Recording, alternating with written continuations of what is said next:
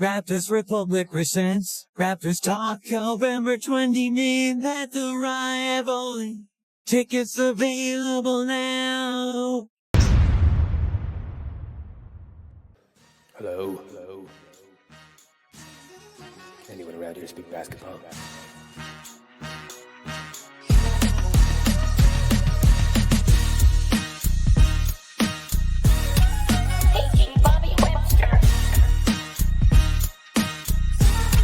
This is Abby Silver.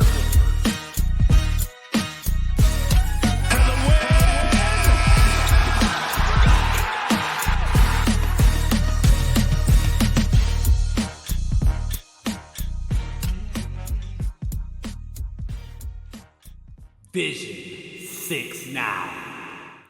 Welcome to the Confederacy of Dunks. Let's start with you, Kevin. So, sort of a similar question last pod, but, I think it's a really interesting time of the season. It will be one that, it might be forgotten by the end. But Pascal out after he was playing so well is huge. And then obviously, in the last little while, Fred's out. Precious is out for a long period of time. It's crazy.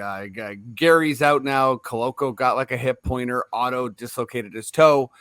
But, I kind of want to focus on not the guys with who are sort of like nursing, like they're a bit beaten up, because we've heard stuff about Scotty's ankle too. So I'm curious, who in your mind has underwhelmed and who in your mind has really brought it in this 6-game stretch since Pascal got injured in Dallas? Who of the non-injured guys? Because, I think Fred obviously is injured and Precious as well.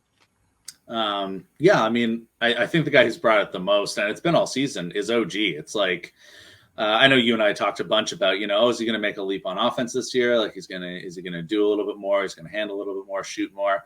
But the leap has been incredibly on defense. It's just like he's playing in a whole other stratosphere right now. He's obviously he's doing the stat things like steals and blocks and he's getting a lot of notice for that. But it's also just the way he kind of is so essential to the Nurse defense, where he's like, okay, you need me to play on ball, but you need me to blow up this pass, but you need me to be in the post, and I'm smart enough to kind of do whatever and good enough that I can gamble. So it's he's kind of been everywhere. And I think he's been keeping us afloat in a lot of games where our offense has gone to hell because we don't have Pascal.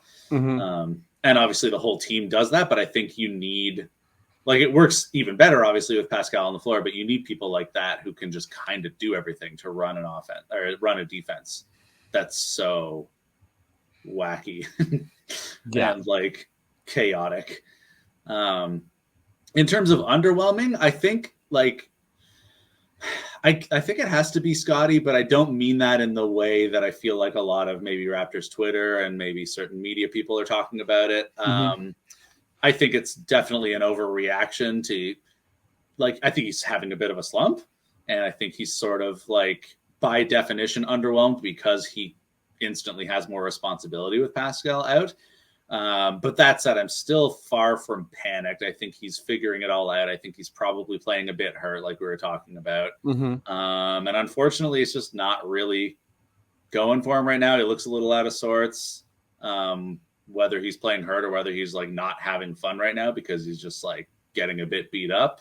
But he looks a bit out of sorts. He's getting really exploited at the point of attack a lot, which is always kind of been, we asked him to do a little too much there when he's guarding guards. He's a big, basically. He's not going to be elite at guarding a guard at the point of attack. So I think that's kind of setting him up for a less successful thing.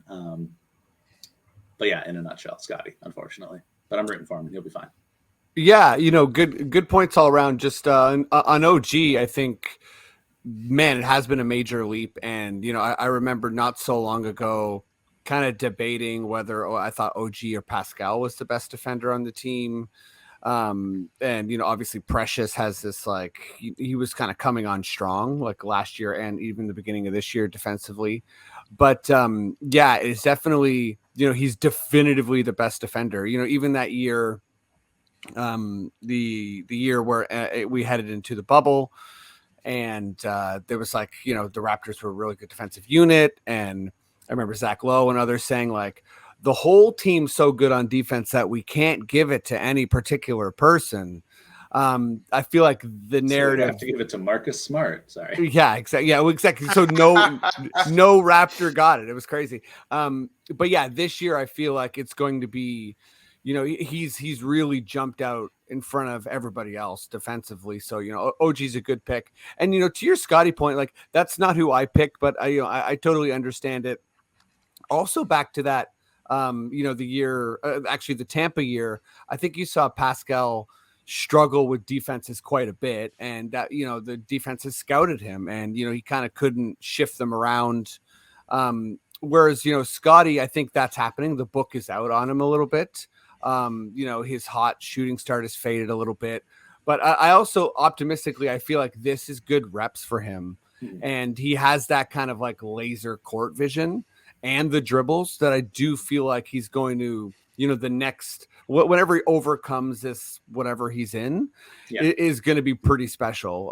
So, I'm not saying, I don't think you're worried about him either, but yeah, I think what he's going through is very visible. I feel like, when someone is kind of classified as like a phenom, there's this expectation that they're going to just be making quantum leaps, every 5 seconds. And it's not really fair, but, where are you at, McCready, as far as, who's kind of like, who's underwhelming you a little bit, and who do you think has, I guess like, really kind of partially filled the Pascal void?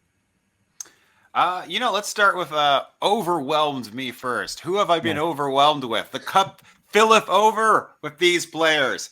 So I love Banton and Dowden playing together. I love the sheer size of that backcourt. I think it complements. I love the speed of that backcourt. There's great shooting with Gary and Fred, but it's also kind of under the radar that the Raptors might have like the least athletic backcourt in all the NBA between the two of those guys. They're not overly fast. They're not overly big. So to have Banton and Dowden in there just pushing the pace with those other athletes, like I'd love to see them with Precious, when he gets healthy, just running amok. So I thought the two of them, especially in that game against Detroit, were fucking great. Underwhelmed. I'm just gonna read the. Oh, I'm so sorry. I just that they were awesome in that game. Yeah, no, they were so great. I also just think Barnes is injured. He just looks hobbling out there to me. So I'm not super low on Barnes yet. I'm just gonna read you the on-off per 100% possession numbers for the Raptors starters. So you got OG at plus 12, which is amazing. You've got Siakam at plus 11.2, which is also really good. You've got Barnes at plus 9.7, which is really good. Then you got Fred at plus 0.8. And then you've got Gary at negative 12. Ooh. Wow. So we've got, I think like the person who kind of underwhelmed me the most, this is no surprise to Freddie, who knows that I kind of really dislike Gary's game. I just don't really, I don't really know what he does. He's given us 16-1-1 with mediocre efficiency. So yeah, I just, To me, the Raptors need a guard because we have so many forwards. You need a guard who kind of like can play like a guard a little bit. Whereas I don't know if Gary has like the passing or like the ability to put too much pressure on the basket to really give us what we need there. I don't mind him at all as like a guy who spreads the floor with his 3-point shooting and is kind of like a catch and shoot type of guy. I think he's got some value there, and he competes on defense. He's not like a terrible player, but it just seems like he's been a tough fit so far this year. Yeah, I think to your interesting point about Doughton and Delano. I'm going to go back to that in a second because I feel like this is our first glimpse of Doughton with the big squad. He's obviously been doing well with the 905. I think a lot of writers, a lot of folks, he's catching a lot of people's eye because he's really, he has a nice mix of skills and quite a bit of composure, I think, for where he's at. He's also not in the he's not totally unproven. He's played for NBA teams already and done pretty And decently. he crushed the G League last year too, Yeah, totally. He I think there was even some talk in training camp of his two-way contract being converted. I also think, it's telling to me anyways that Champagne was kind of sent to the G League. I mean, it could be positionally, but sent to the G League and Doughton was brought up, right? Might think that Champagne is the guy. Well, it's like, okay, well, he's going to get some major minutes here.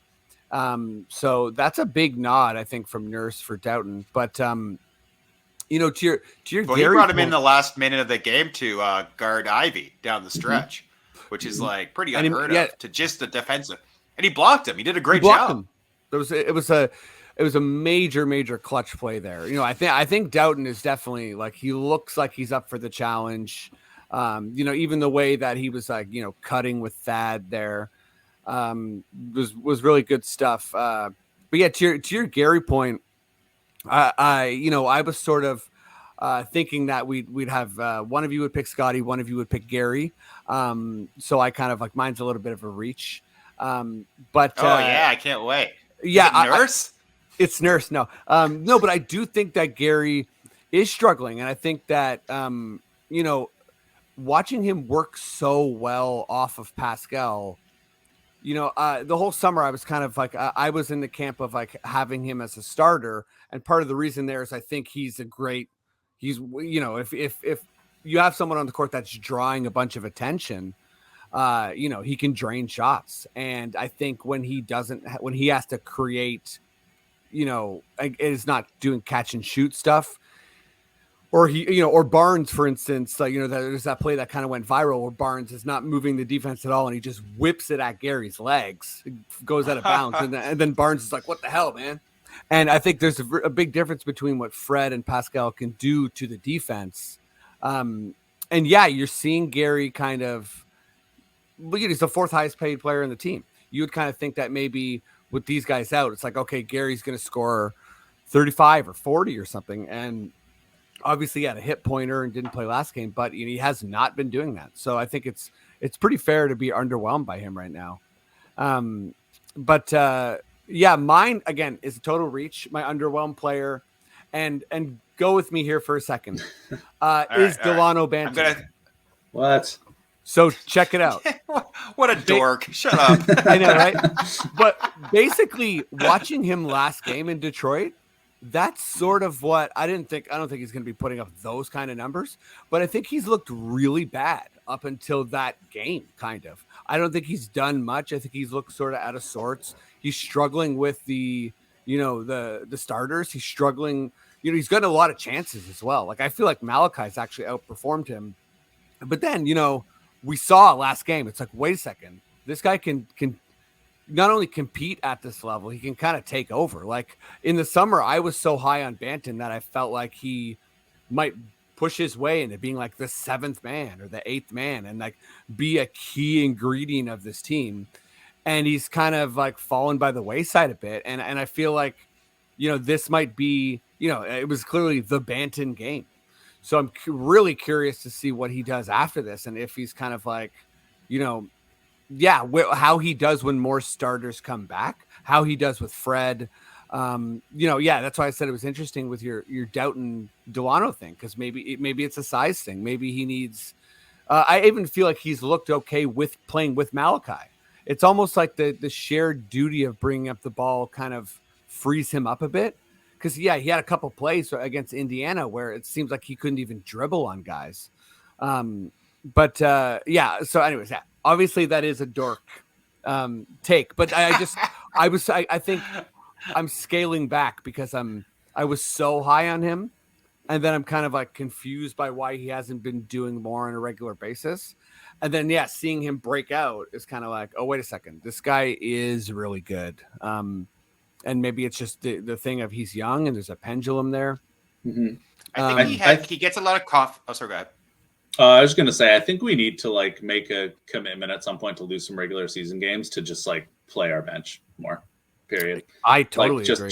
just let them figure some shit out, because it's. I agree with you that he's looked pretty rough, but he's also looked pretty rough in like 7 minutes a game, which is not enough. And to figure stuff out. being like, I feel like Nurse does this thing where he ices a guy out, and the guy doesn't And I play the think whole first half. Then he goes half in. Of, it's like, half of your mind is also thinking about that, you know? Yeah. yeah. Yeah, I think Delano's also a guy who does really well when he has the ball. And so like earlier in the season when, you know, you got Siakam and you got all these guys, he's just not going to have the ball as much. Whereas in the Detroit game, he had confidence. Like he was pulling up for threes in a way that I've never seen him do before at the NBA level at the very least. Yeah. Yeah. And also I think there was a couple nice plays where he was hitting some catch and shoots. Like people were finding him. Yep. And so I think, you know, once he adds the catch, you know, the catch and shoot three, I think really Delano, it won't even be like, is he a point guard? Is he shooting guard? It would just be like, man, this guy's awesome. And he can do a lot of things out there. And because I think his baseline is that he's like pretty amazing on defense. Right. So, and yeah, my guy for, you know, someone who I feel like has been just bringing it the whole season is Boucher. I think, you know, he was injured, whatever, first couple games. And then he just really has settled into his role on the team. And it seems like win or loss, he has totally found his rhythm as an NBA, you know, bench guy. And really, like what, you know, he's not so reliant on the shot, but he can still hit it. He can crash the boards. I mean, in that Detroit game, you know, obviously it was the Banton game, but he was doing some like mid-range stuff. Like he really looked comfortable in that game. So yeah, but Boucher is my kind of like, you know, especially since Pascal went down, I've been really, really impressed with him. Yeah, he's a finisher, man, and this team needs finishers, you know. Big time. Okay, McCready, let's go to you. Sure. So, Dan Gallia, who we all know, friend of the pod, I was talking with him the other day, and you know, I've sort of complained about this defense a bunch over the years, just in terms of like, I think that if you have a really composed team, like say Boston, you know, all you got to do is pump fake these guys a little bit, they'll fly by you, and if you're, you know, tripling, double teaming DeRozan or Luka or whatever, if the team's relaxed. The role players know they have to shoot when they get an opportunity. And, you know, you can kind of smoke these Raptors and use their aggression against them. So there's that. I feel like, you know, I'm not the only person who says that. But Dan was bringing up, like, he was just wondering, and, you know, I don't know the analytics behind this. And I was talking a little bit about this on the Buckets and Teapot. But, yeah, like, do you think that this overly aggressive, swarming defense, you know, is there more of a downside to it than we might realize as far as like fatigue and injury? Like are the, you know, if OG is playing 34 minutes a game, let's say in this defense, is that more strenuous than other defenses? Are guys going to get injured more? They're going to roll their ankles more for trying to do offensive rebounds all the time. It's not so much the defense, but just this expecting this type of aggression. Like, do you think there's more of a downside to it than maybe us Raptors fans are realizing?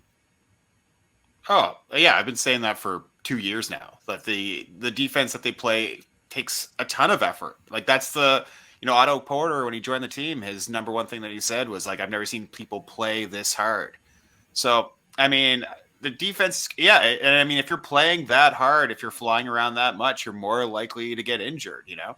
I do think that like, I think that's a reason why the Raptors offense is often very isolation based, is because when someone's doing isolation, the other guys get to rest a little bit, you know, like there's just a chance to kind of have a little bit of a blow when you're on the court. I don't understand the system too much, because if you have a team that's playing this hard and you have a roster that is only players that are considered above average to great defenders, why isn't this offense like the best offense, or why isn't this defense the best defense in the league? Like, why do we have all these all NBA type of defenders, and then we're like, we're the ninth best offense? You know who's better? Golden State, and they have like Poole and Curry that the other teams can scheme against. You know, like I don't understand it totally. Yeah, you know, and I think me and you have also talked about before, like what, you know, yeah, I mean, me and you have complained to each other, you know, so often about minutes, right? And it's also baffling to me that if you've decided to play this like intense defense and then also not spread the minutes around, it's kind of like, you know, makes me think like, should Raptors fans be expected to be even relatively healthy come playoff time? Or No. is this actually a exactly, like, is this a part no way of, right? You know? Yeah. We play playoff style basketball all year round, which is why the entire team is injured 2 weeks into the season. It's nuts. Yeah. Anyway, sorry. No, I mean, just before I go to you, Kev, is there like an obvious remedy? Is it more drop down defense, McCready? Is it like, I think the minutes, right? You know, that's one, right? But like, is there another obvious thing that you feel like is sort of low hanging fruit that the team should pivot to? Not saying they will, but yeah, I honestly don't view my basketball mind as that evolved on the coaching style to truly have the answers for that. I just assume that the answers are out there, that those types of, I mean, let's be very frank that Nick Nurse knows more about basketball than the three of us combined, times like 100, you know what I mean? Yeah. He's obviously a genius when it comes to that kind of stuff. I just wonder if the route that he's gone down is the most effective use of the talent that the team has. But definitely minutes is something. Like if one team's gonna be, you know, having drop coverage and they're playing three quarters of as many minutes as the other team, and you're doing 82 games, it just seems like you aren't respecting the difficulty of the NBA season enough, and you are taxing your players too much. And as a result, Fred's not the same at the end of last year. Pascal's getting these injuries that kind of are the result of just playing too much and bodily exhaustion. Like, no.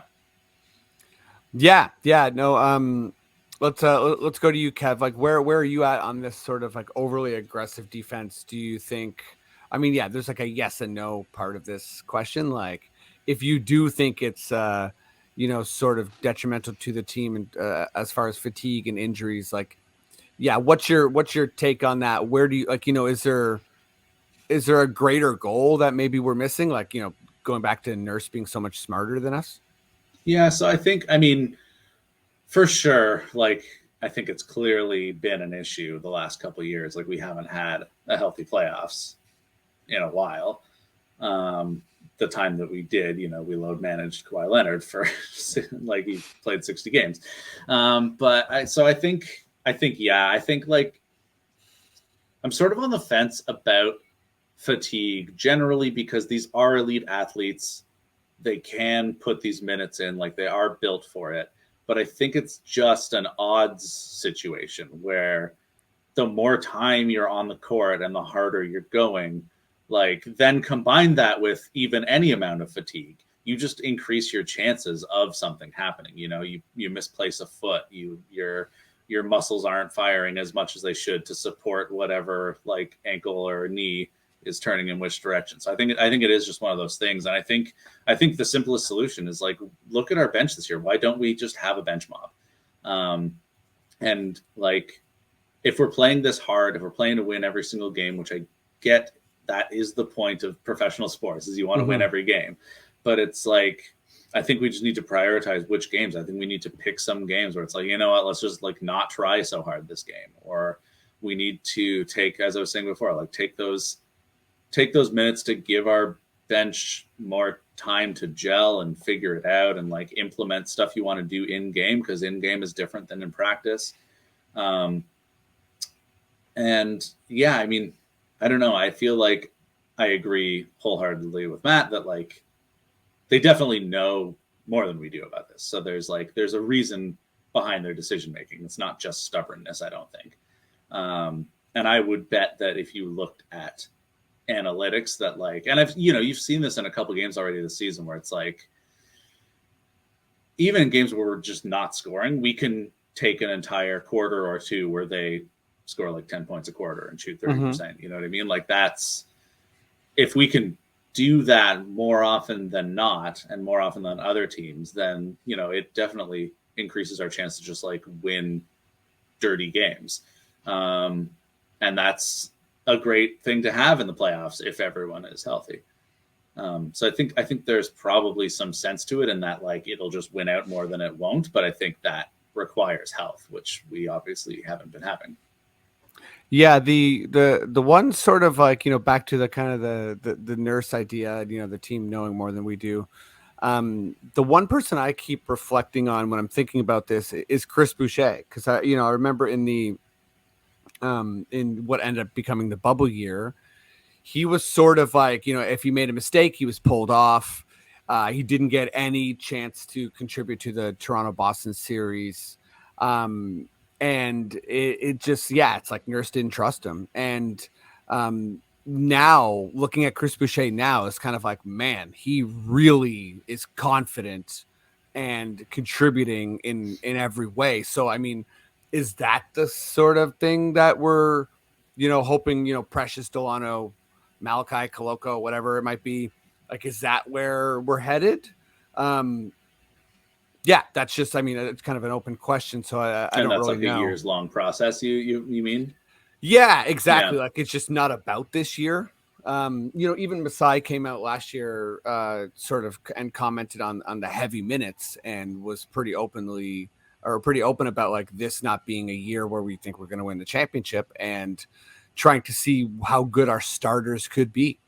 So in a sense that the playoffs, you know, when it got to the Philly series, we were all hyped, but we were so injured.